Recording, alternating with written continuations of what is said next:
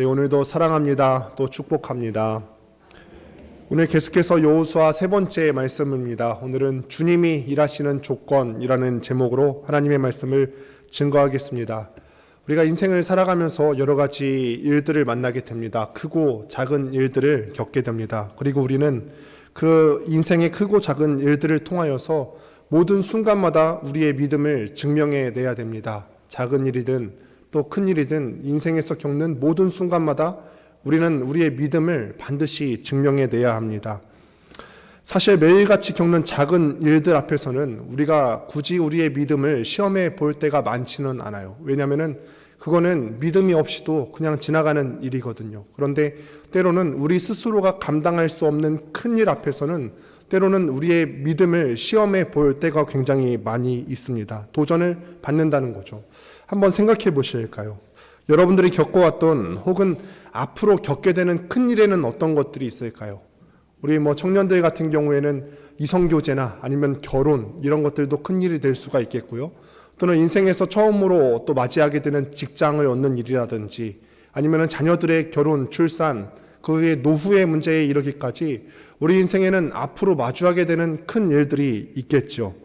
이 큰 일들이 바로 내 눈앞에 닥치게 되면은 사람이 얼마나 초조해지는지 모릅니다. 마음이 너무너무 초조하고 내가 과연 잘할 수 있을까? 내가 앞으로 이런 일들을 겪고 나가야 되는데 이 일들이 과연 잘 되어질까? 잘 풀릴 수 있을까?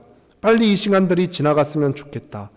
불안감이라든지 두려움이라든지 이런 긴장감에 휩쓰여서 바들바들 떠는 우리의 모습을 보게 됩니다. 그 가운데서 사람들은 자기가 믿을 만하다고 생각하는 것들을 붙들게 돼요. 그 순간, 가장 급한 그 순간에 내가 가장 신뢰할 만한 것들의 이름을 부르고 그것들을 붙듭니다. 예수를 믿지 않는 세상 사람들도 큰 일이 닥쳤을 때 자기들이 의지하는 것들을 붙드는 모습을 우리가 볼 수 있죠. 아마 여기 있는 많은 분들께서 고사 지내는 모습을 또 보신 적이 있을 겁니다. 돼지머리를 잘라다 놓고 콧구멍에다 지폐를 꽂아놓고 제사를 지내는 겁니다. 그러면서 애구는 없어지고 우리에게 이것이 풍요를 가져다 주고 어떤 나쁜 일들을 막아줄 것이다 믿는 거죠. 안 믿는 사람들이 무슨 큰일을 앞둘 때 흔히들 하는 것입니다. 또 징크스라는 말을 다들 한 번씩은 들어보셨을 겁니다. 어떤 일을 하기 전에 이거를 하면은 꼭 안 풀리더라. 제가 어떤 청년을 만났는데 주일에 수염이 덥수룩한 거예요. 그래서 왜 이렇게 지저분하냐라고 물어봤더니 시험 기간에 면도를 하면은 시험을 잘 안 풀리는 것 같다고 면도를 안 하는 경우를 본 적도 있어요. 야, 또 예수 믿는 사람이 이런 징크스에 연연하면 되겠냐. 또 어떤 축구 선수를 보면은 축구장에 입장할 때 꼭 오른발부터 잔디를 밟아야 잘 풀린다고 믿는 그런 선수들의 기사도 본 적이 있습니다. 사람들은 정말 큰 일들, 어려운 일들, 혹은 자신이 해결할 수 없는 일들 앞에서 무력감을 느낍니다. 야, 내가 잘할 수 있는 줄 알았는데 사실은 아무것도 할 수 있는 일이 없는 나약한 존재였구나. 그리고 이 불안한 상황 가운데서 내가 평상시에 가장 신뢰할 만하다고 생각했던 것들을 찾게 됩니다. 그렇기 때문에 우리가 중요한 일들 혹은 큰 일이라고 생각할 만한 것들을 앞두고 하는 일련의 행동들은 평상시 이 사람이 무엇을 의지해 왔는가, 그 사람이 큰 일을 앞두고 붙잡고 찾는 것들을 보면은 그 사람이 평상시에 무엇을 가장 중요하고 신뢰하면서 살아왔는지를 볼 수가 있습니다. 그것이 어떤 사람들은 징크스의 형태로 나타나기도 하고 어떤 사람들은 각종 미신의 형태로 나타나는 것이죠. 그러면 우리는 어떨까요? 여러분들은 또 어떻습니까? 여러분들의 인생도 늘 쉬운 일만 있어 오지는 않으셨지 않습니까? 또 앞으로도 큰 일들이 참 많이 있으셨을 텐데 살다 보면은 때로는 내가 할 수 없을 것 같은, 도무지 이루어질 수 없을 것 같은 크고 중차대한 일들을 만나게 됩니다. 그리고 이 가운데서 두렵고 아무것도 할 수 없는 나의 무기력한 모습들을 마주하게 됩니다. 여러분들은 우리를 두렵고 또 크고 무섭게 하는 그 수많은 일들 앞에서 무엇을 가장 먼저 붙잡으십니까? 우리가 평상시에 믿고 신앙하는 대로 하나님을 가장 먼저 붙잡으십니까? 이것이 바로 우리의 믿음이 시험받고 도전받는다는 거예요. 아까도 말씀드렸지만 작은 일들은 매 순간 우리의 믿음이 도전을 받지는 않는데 이런 크고 두려운 일들, 나를 무력하게 만드는 수많은 일들 앞에서 우리의 믿음은 비로소 도전을 받게 됩니다. 오늘 이 시간의 말씀을 통해서 믿는 사람들이 큰 일, 아주 큰 꿈을 이루기 전에 무엇을 붙들고 나아가야 되는지에 대해서 함께 이 말씀을 나누어 보고자 합니다. 먼저 본문 1절 말씀을 같이 한번 읽어보도록 하겠습니다. 1절 함께 읽습니다. 시작. 여호수아가 아침에 일찍 일어나서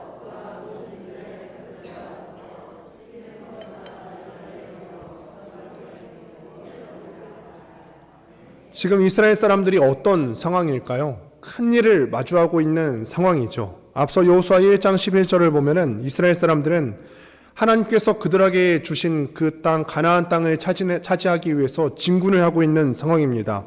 그래서 이를 위해서 이스라엘 사람들은 먼저 정탐꾼 두 명을 여리고 땅으로 보내서 정탐을 하게 됩니다. 그래서 이 두 정탐꾼은 라합의 도움을 받아서 여리고성을 정탐하고 돌아온 후에 여호수아에게 보고를 합니다. 진짜 하나님께서 그 땅을 우리에게 주신 것이 맞습니다. 또 그 라합 뿐만 아니라 여리고성 사람들의 마음을 보니까 우리 때문에 간담이 녹았다고 합니다. 그 땅의 모든 주민이 우리 앞에서 간담이 다 녹아내렸고 또 우리 때문에 마음이 무너져 내렸고 낙심하고 있습니다. 지금이 바로 그 땅을 차지할 기회입니다. 이렇게 보고를 하죠. 사실 이스라엘 민족이 가나안 땅에 들어가려고 시도했던 것이 오늘 본문에서 처음 있었던 일은 아닙니다. 민수기 13장과 14장을 보면은 이미 오늘 본문 40년 전에 가나안 땅에 들어가려고 시도를 했지요. 그래서 12 정탐꾼을 보냈던 적이 있습니다. 그때 결과가 어떠한지는 우리가 다 알고 있죠. 10명의 정탐꾼들의 보고가 어땠죠? 그 땅의 성읍들은 크고 견고하다. 그 땅의 사람들은 기골이 장대한데 우리는 그에 비하면 메뚜기 같다. 자기 자신을 그렇게 하찮게 보면서 메뚜기 같다 표현을 하죠. 여호수아와 갈렙만 하나님께서 주신 땅이니까 그대로 진격하면 그 땅을 차지할 수 있을 것이다. 10대 2의 보고를 하게 됩니다. 그런데 그 나머지 10명은 어떻게 보고했다고요? 우리가 그 땅을 진격하면 그 땅을 차지할 수 없을 것입니다. 그 땅의 성은 높고 그 땅의 사람들은 기골이 장대해서 우리는 그 앞에서 아무것도 할 수 없을 것입니다. 지레 겁을 먹고 포기를 해버려요. 그때 하나님께서 이스라엘 민족들에게 뭐라고 하시는 줄 우리가 함께 민수기 14장 11절을 같이 보도록 하겠습니다. 함께 읽어보실까요? 시작. 여호와께서 모세에게 이르시되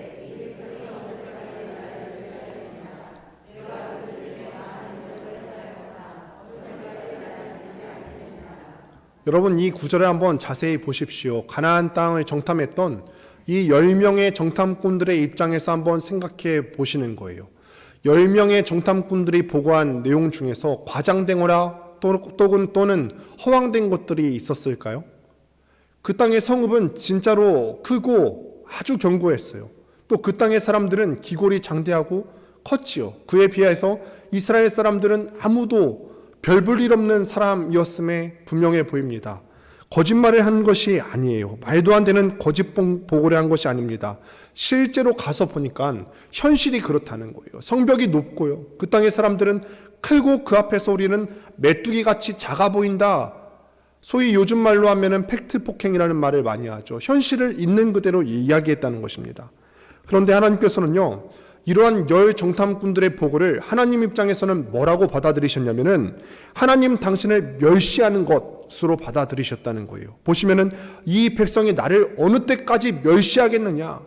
다시 한번 보십시오. 현실을 얘기했는데 하나님께서는 이 현실 보고를 한 것 가지고 어느 때까지 나를 멸시하겠느냐.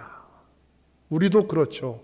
우리도 믿음의 눈으로 우리의 삶을 바라보지 않고 지레 겁을 먹는다면 하나님께서 동일하게 우리를 책망하실 거예요. 너희가 언제까지 나를 멸시하려느냐. 이스라엘 사람들을 생각해 보시면은 어차피 하나님이 없으면은 객관적으로 보았을 때 출애굽조차도 할 수 없는 사람이었죠. 애굽에서 노예 생활하고 있는데 하나님이 도와주시지 않았으면은 애굽을 탈출하지도 못했을 것이고, 또 광야를 나왔을 때 불기둥과 구름기둥으로 인도해 주시지 않았다면은 광야에서 애초에 죽었을 것이고, 광야를 나왔다 한들 그 그 수많은 이민족들과의 전쟁 가운데서 하나님께서 기적적인 방법으로 이기게 해주지 않으셨다면은 이스라엘 사람들은 애초에 이 자리까지 올 수가 없는 사람들이지 않습니까? 이만큼 경험했으면은 이제는 하나님의 능력을 신뢰할 만한데, 이제는 현실만 보는 것이 아니라 하나님을 바라볼 수도 있을 만한데 아직도 그러지 못하다는 거예요. 아직도 그 믿음의 눈을 갖지 못한다는 거죠. 이 10명의 정탐꾼의 보고를 들으면서 하나님께서 하시는 말씀이 딱 이 메시지예요. 너희가 어느 때까지 나를 멸시하느냐? 이 말은 무슨 뜻이냐면 어느 때까지 나를 못 믿을 거냐? 여기까지 오면서 너희는 아직도 나를 모르겠니? 너희가 먹을 것이 없을 때 내가 너희에게 만나를 주었고 마실 물이 없을 때 반석에서 마실 물이 솟아나게 했고 우리가 도무지 이길 수 없을 것 같은 전쟁에서 승리하게 해주었는데 아직도 나를 모르겠니? 내가 그 정도 기적을 보여줬으면은 나를 이제는 좀 믿어야 되는 거 아니니? 지금 비록 너희 앞에 견고한 성읍과 큰 적들이 가로막고 있어도 내가 너와 함께 있으니 나를 믿고 나아가야 되는 거 아니야? 라고 말씀하시면서 질책하시는 것입니다. 이 이스라엘 민족의 불신앙, 그 믿음 없음 때문에 그들은 광야 생활을 무려 40년 동안 하게 됩니다. 그리고 40년이 지난 오늘 이 본문에서 그때 이 땅이 하나님께서 주신 땅임을 믿고 긍정적인 보고를 했던 사람들 중에 여호수아가 지도자가 되어서 가나안 땅을 막 건너려고 하고 있는 상황입니다. 그런데 이스라엘 사람들이 보이는 태도가 사뭇 이상해 보입니다. 본문 2절을 보면은 이렇게 기록을 하죠. 사흘 후에 관리들이 진중으로 두루 다니며. 이스라엘 사람들이 이제는 요단강만 건너가면은 여리고성이 코앞에 있습니다. 여리고성은 지난번에도 설명을 드린 바가 있지만 가나안 땅이 어떤 관문 같은 도시예요. 요단강을 건너면은 바로 여리고성이 있는데 이 여리고성을 돌파해야 가나안 땅으로 비로소 들어갈 수가 있습니다. 그런데 바로 앞에서 사흘간의 시간을 보내게 됩니다. 일반적으로 어떤 한 성읍을 공격할 때에는 공격하는 쪽의 전력이 수비하는 쪽의 전력보다 한 10배 정도는 강해야 그 공격을 성공할 수 있다고 합니다. 그리고 압도적인 전력이 아닌 이상 수비하는 쪽이 채진열을 갖추기도 전에 속전속결로 전투를 마무리하는 것이 상식적인 방법입니다. 그런데 이스라엘 사람들은 그들이 마주하고 있는 바로 코앞에서 사흘간의 시간을 보내게 됩니다. 사흘간의 시간이 주어졌어요. 그러면 여리고성 사람들의 입장에서는 좀 더 유리하겠죠. 이 사람들이 뭔가 바로 쳐들어오기 전에 이 사람들의 진영을 보고 행태를 보고 수비할 수 있는 진영을 짤 수가 있는 시간을 벌게 됩니다. 그럼에도 불구하고 여리고를 앞두고 사흘의 시간을 갖는다는 것은 이스라엘 사람들에게 어떤 의미가 있을까요? 이 사람들이 지금 수비 진영을 짜는 것보다 사흘간의 시간을 두면서 해야 될 아주 중요한 일이 이스라엘 사람들에게 있다는 거죠. 이 사람들이 얼마나 그 땅에 들어가고 싶었을까요? 40년이나 방황하다가 드디어 그 여리고성을 마주하고 있는데 너무너무 들어가고 싶었을 것입니다. 하루라도 빨리 그 약속의 땅에 들어가고 싶은 심정일 겁니다. 그러나 이 큰 일을 앞두고 아주 중요한 일을 하게 되는데 함께 3절 말씀을 읽어보도록 하겠습니다. 함께 읽습니다. 시작. 백성에게 명령하여 이르되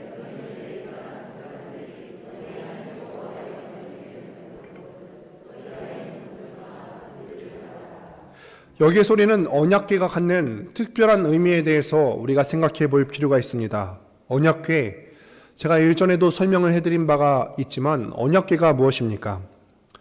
이스라엘 사람들이 광야를 떠돌아 다닐 때에는 성전을 지어서 살 수가 없었기 때문에 항상 성막을 옮겨 갖고 다녔습니다. 이 성막을 중심으로 동서남북 진을 치면서 이스라엘 사람들이 광야 생활을 유랑했습니다. 성막 안의 구조를 보면은 성소와 또 지성소로 나누어져 있는데 이 성소는 일반인들은 들어올 수가 없고 제사장들만 들어올 수가 있었고 그 중에서도 지성소는 대제사장만 들어갈 수가 있는 곳입니다. 그런데 이 지성소를 특별하게 만드는 것이 무엇이냐면은 이 지성소 안에는 언약궤라고 하는 것이 있었어요. 이 언약궤의 의미가 무엇이냐면은 하나님께서 당신의 뜻을 백성들에게 내보이시는 곳이세요. 하나님께서 그곳에 임재하셔서 어떻게 인도하실지 하나님께서 뜻하시는 바가 무엇인지 그곳에서 백성들에게 알려주셨어요. 언약궤의 의미는 한마디로 당신의 백성을 인도할 하나님의 임재를 상징하는 것입니다. 본문 4절 하반부에 보면은 이렇게 기록을 하게 됩니다. 그리하면 너희가 행할 길을 알리니 너희가 이전에 이 길을 지나보지 못하였음이니라. 무슨 말입니까? 지금 가나안 땅을 들어가는 아주 크고 또 중요한 일을 앞두고 있죠. 이 큰 일을 앞두고 언약궤를 메고 그 뒤를 따르는 의미가 무엇입니까? 이스라엘 사람들이 이전에 가보지 못했던 길을 간다고 지금 본문에 기록되어 있죠. 미지의 땅으로 들어갈 것인데 우리는 알 수 없는 일을 당하러 들어가는 것인데 나는 아무것도 할 수 없는 무력한 상태에서 미래의 길로 들어갈 건데 그 가운데서 하나님의 인도하심을 구하는 것입니다. 우리가 구약 성경을 보면은 다윗이 그렇게 부각되어 나타나 있는 것을 볼 수가 있어요. 사무엘서나 열왕기서를 보면은 다윗이 주인공처럼 기록이 되어 있는 것을 볼 수가 있는데 다윗이 가장 잘했던 행동이 무엇일까요? 잘생겨서일까요? 아니면 왕으로서의 리더십이 탁월해서일까요? 보면 볼수록 다윗이 가장 특출나게 잘했던 일은 바로 하나님께 잘 물었다는 거예요. 계속 묻는 거예요. 사울과 다윗의 차이점은 무엇이냐면 사울은 자기 교만으로 인해서 자기 생각대로 하나님께 묻지도 않고 일을 결정했는가 하면 다윗은 늘 겸손해서 하나님 앞에 자주 물었어요. 하나님 이리로 갈까요? 하나님 이 일을 할까요? 저것을 뒤쫓아 갈까요? 이렇게 자주 물었다는 것입니다. 이것이 하나님 앞에서 축복받은 삶을 사는 비결이 된다는 거죠. 지금 이스라엘 사람들이 다 그 준비를 하고 있는 거예요. 언약궤 뒤를 따르면서 나는 할 수 없습니다. 나는 알지 못하는 길로 가는데 우리가 온전히 하나님의 인도하심을 구하며 나아갑니다. 40년 전에는 이 하나님의 인도하심을 신뢰하지 못했기 때문에 가나안 땅에 들어가는데 실패했어요. 그런데 이제는 알겠다는 거죠. 광야 생활 40년을 거치고 나서 보니까 인생의 이 모든 과정 가운데 인도하시고 섭리하시는 하나님의 인도를 이제는 알겠다는 겁니다. 그래서 이스라엘 사람들이 요단을 건너기 전에 3일을 기다릴 수가 있는 거예요. 이스라엘 사람들이 광야의 삶에 지쳐서 빨리 이 가나안 땅에 들어가고 싶었을 수도 있었을 것이고 또한 여리고성에 있던 사람들이 전투 준비를 할 수 있는 시간적 여유를 벌었을 수도 있습니다. 상식적으로 객관적으로 생각해 보면은 3일간의 시간을 갖는 것이 말이 되지 않는데 이스라엘 사람들은 이제는 무엇을 우선해야 하는지 우선순위를 바로 알겠다는 말입니다. 그 우선순위는 언약궤를 앞세워서 하나님의 인도하심을 구하는 일이었어요. 여러분, 우리의 삶은 어떨까요? 우리는 인생에서 무엇인가 아주 중대한 일을 앞두고 큰 일을 앞두고 어떤 믿음에 도약하는 일을 앞둘 때 어떤 일을 하십니까? 물론 중요한 일을 감당하기 위해서 우리가 스스로 애쓰고 노력하고 밤잠 줄여가면서 우리가 최선을 다하는 것 아주 중요한 일입니다. 그런데 저는 지금 말씀드리는 것이 우선순위의 문제를 말씀드리고 있어요. 우리의 노력보다 앞서야 되는 것이 바로 하나님의 인도하심을 구하는 일인 줄로 믿습니다. 저도 짧은 인생을 뒤돌아보면은 원하는 대로 흘러갔던 적이 한 번도 없습니다. 신대원을 들어가려고 해도 무시험으로 들어갈 수 있는 줄 알았는데 제가 전공 필수 과목을 한 과목을 놓쳐서 9학기를 다니는 바람에 무시험을 못 들어갔어요. 시험을 보고 신대원에 들어갔어요. 또 유학길도 바로 갈 수 있는 줄 알았는데 그마저도 바로 갈 수가 없었고 여러 가지 제가 뜻했던 바와 다르게 인생길이 흘러왔어요. 그런데 참 신기한 것이 인생을 보면은 하나님께서 오묘하게 제 시간에 제 인생을 만져주신 것이 보입니다. 그래서 이제는 이 인생의 조각조각들을 돌아봤을 때 이제는 조금 알 것 같다는 겁니다. 내가 살아가면서 제일 먼저 구해야 되는 것이 하나님이구나. 내 인생을 만져가시고 인도하시는 분 하나님이시고 그 하나님 앞에 우리는 제일 먼저 구해야 되겠구나. 우리도 그렇지 않습니까? 때때로 우리가 원했던 삶이 아니었을지언정 돌이켜 생각해보면 하나님께서 여기까지 인도해 오시지 않으셨습니까? 이 하나님의 인도하심을 민감하게 느끼고 바라볼 수 있는 거, 우리는 이것을 신앙이 성숙했다라고 해요. 이제는 내가 하나님의 뜻을 알겠다는 거예요.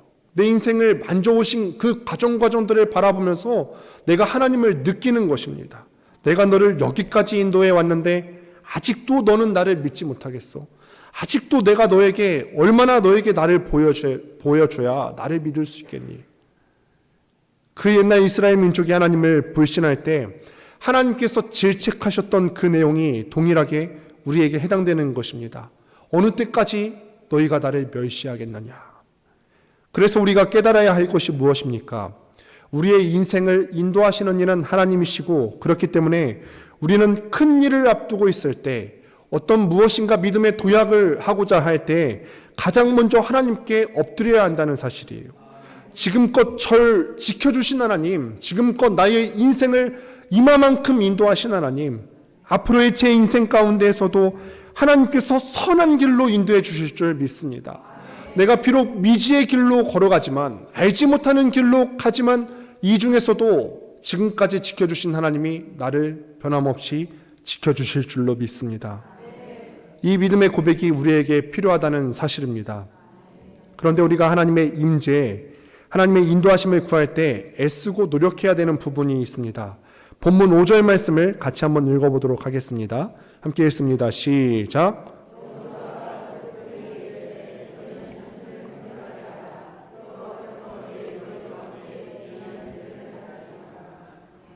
여기에서 성결이라는 말의 뜻이 무엇이죠? 성결. 자신을 깨끗하고 거룩하게 만든다는 거예요. 성경에서는 세상적인 것에서 분리돼서 하나님께 드려진 것이나 거룩한 것을 가리키는 말로 사용됩니다.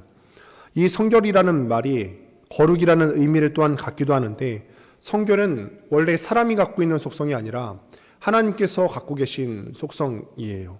그래서 성결하신 하나님이 계셔야 되는 곳은 깨끗하고 성결하신 곳이어야 했습니다. 그렇기 때문에 이스라엘 사람들이 하나님의 인도하심을 원합니까? 그 하나님의 임재하심을 간구합니까? 그러면은 하나님께서, 그 성결하신 하나님께서 오실 수 있도록 그곳을 준비하는 준비 기간이 필요했다는 거예요. 사랑하는 여러분, 이것이 우리에게 주는 메시지가 있습니다. 우리가 이제 하나님의 인도하심을 먼저 구해야 되는 것은 알겠어요. 내가 무슨 중대한 일을 앞두고 하나님의 임재를 먼저 구해야 되는 거구나, 알겠습니다. 그리고 우리가 늘 입으로 자주 고백하는 말이기도 합니다. 하나님, 이곳에 임재하여 주옵소서. 하나님, 이곳에 와 주옵소서. 임재하셔서 제 삶을 인도해 주세요.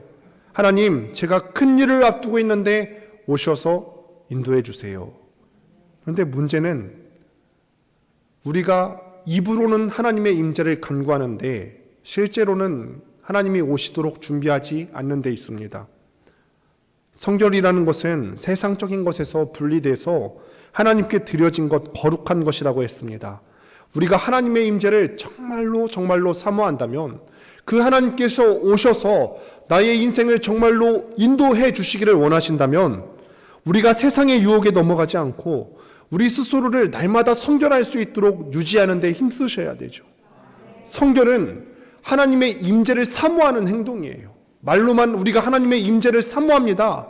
하나님이 오셔서 내 인생을 인도해 주시기를 원합니다. 말로만 중얼거리는 것이 아니라 내 삶 가운데서, 평상시에 살아가는 매일매일의 삶 가운데서, 믿음이 도전받는 그 가운데서 성결을 유지해야 한다는 것입니다.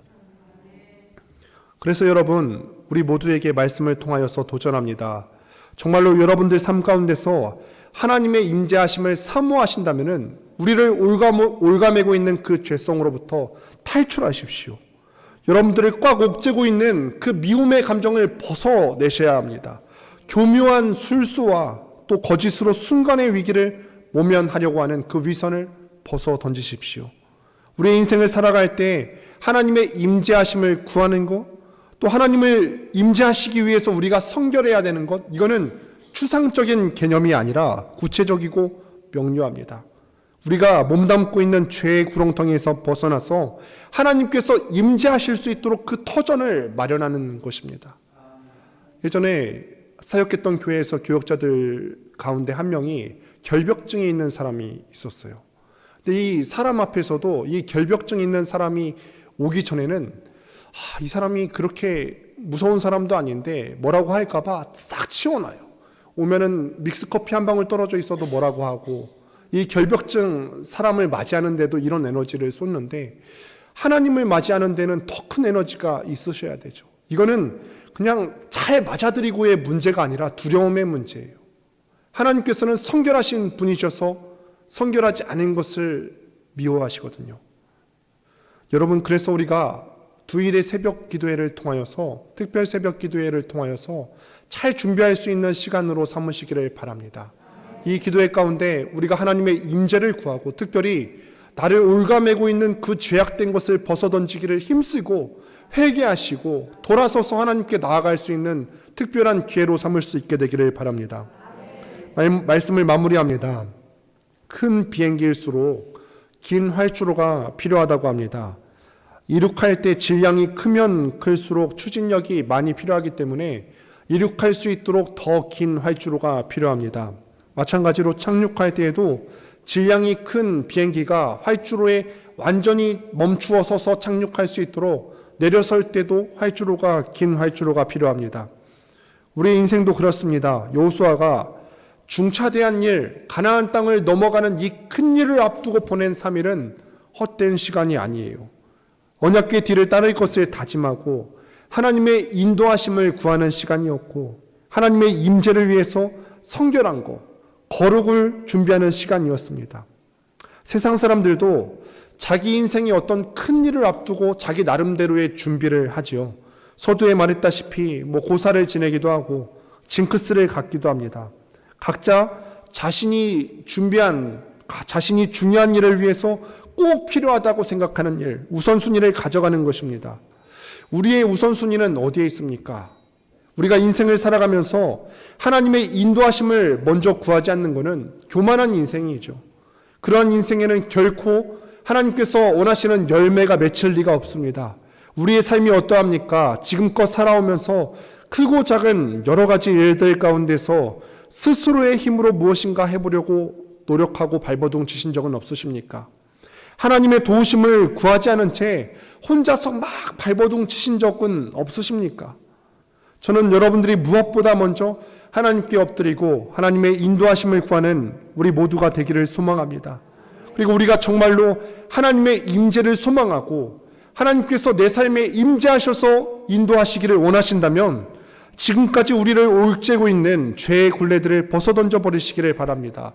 성결하게 우리의 삶을 지키고 또 지키셔서 주님께서 여러분들의 삶에 일하실 수 있게 되기를 주님의 이름으로 축원드립니다.